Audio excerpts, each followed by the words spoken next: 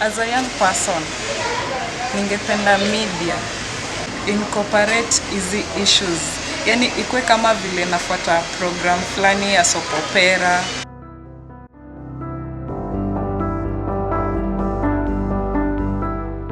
Here we see patients or clients who have RH issues, that is reproductive health issues.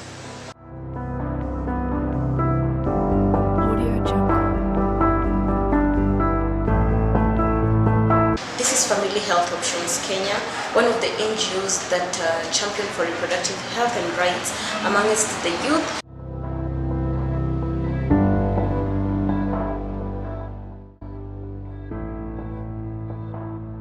It is that time of an era where the media needs to take a different direction on what it feeds to its audience. It is an era where the media, school knowledge, and basic knowledge affects the life of the youth both positively and negatively, the media in this case taking the forefront.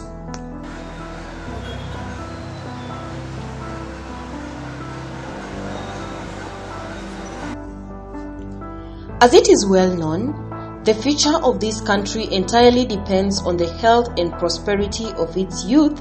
Hence, most young persons, if not all, desperately need reproductive health education in relation to the current lifestyle. I'm a young girl, a young person, and there are so many issues that as a young person I'm facing. Issues like relationship issues, STIs, come to menstrual health, and all of them I have to deal with them. There are things I don't know about them, and there is a time hata sijui na deal aje na issue na relationship. Come to menstrual health, menstrual hygiene itself, sijui na jihandle aje. Ukiona huku kwa media, niko kwa media all the time, social media, na watch TV, na listen to radio, but hakuna issue na reproductive health. Hakuna vile naonyeshwa how I can either manage a relationship issue to deal with menstrual health, and also STIs as it comes. There comes teenage pregnancy. Reproductive health has issues to do with gender-based violence, sexual transmitted infections and diseases, legal and illegal abortion, sexual violence, female genital mutilation, maternal health, menstrual hygiene, and menstrual health in general. I'm following soap operas, yes. That's the same way I could like to follow issues like reproductive health being shown on television, so that I can know as a young teenage girl, I know how I can handle myself, so that I avoid issues like getting myself into problems, e.g. getting myself pregnant when I'm not ready to handle it, like being in a relationship that is not healthy, and also the major part of menstrual hygiene, of which if I'm not keeping myself healthy in terms of menstrual hygiene, I might end up having so many issues. I can't even have my self-esteem gets decreased. I can't even face people, talk to people, associate with friends. That's the time that as a lady, I lose friends. No one wants to get close to me because it's either I have a bad smell or something is wrong with me. A few non-governmental organizations have come in handy to implement programs in schools and to sensitize young generation with information on reproductive health. Family Health Options Kenya is a local non-governmental organization which has been a leading service provider of sexual reproductive health and services in the country for the last 5 decades.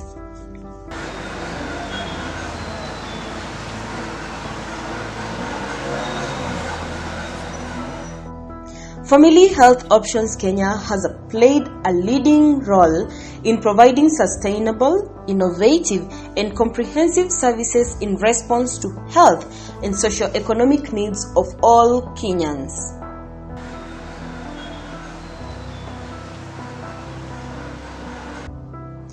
Through their vision, all people exercising their sexual rights and accessing quality sexual reproductive health services, Family Health Options Kenya has a strong grassroots network in 46 member branches with over 5,000 volunteer members in 44 counties throughout the country.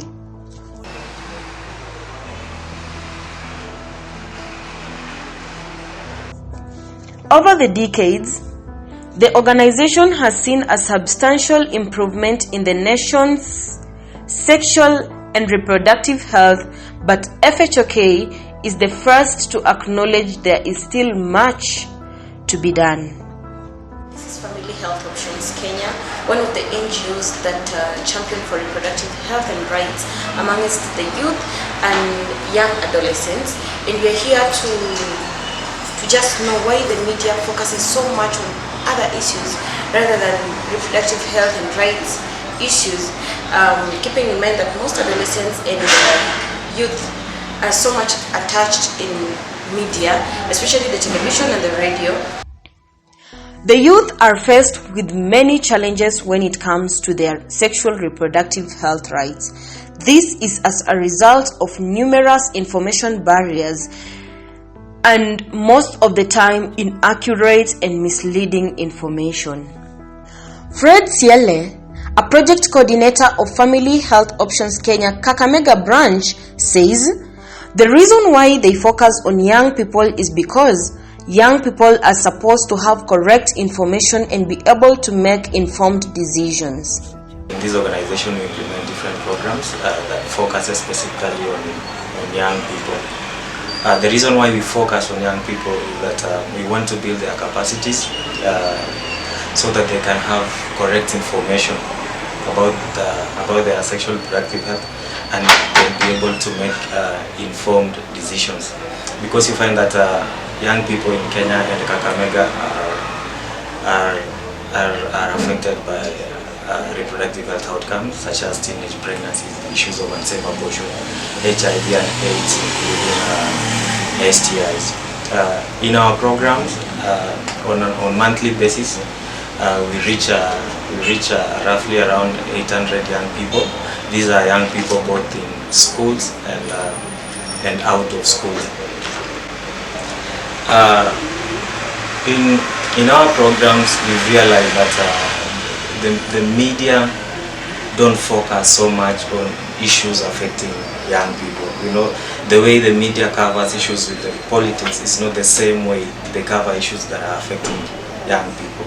Yet you find that issues like teenage pregnancies, issues of unsafe abortion, issues of STIs affect young people. So if these issues are not covered, that means young people might not be able to get help that is needed from the government. Silas Adea, a doctor at Family Health Options Kenya, appreciates what the media is trying to do in terms of reproductive health, but still says there is a lot to be done on what is being fed to the audience by the media.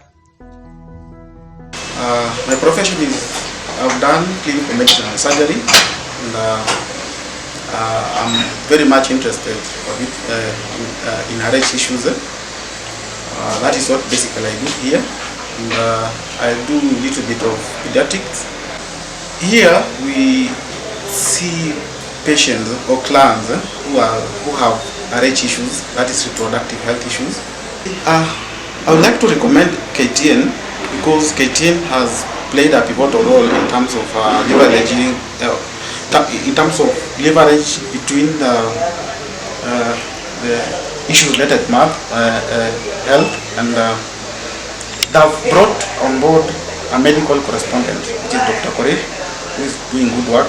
The other day I was just watching issues related to SRH issues. He was having a discussion with young boys from Eldoret who were there assembled, and they were airing out their views, and I think that was a good thing. So because issues related to health and especially SRH, it needs a professional who should go out to the society, source out information and give out the information to the public, disseminate it well, so that people can really copy and even just practice what these people are doing, because one, they are professionals. So if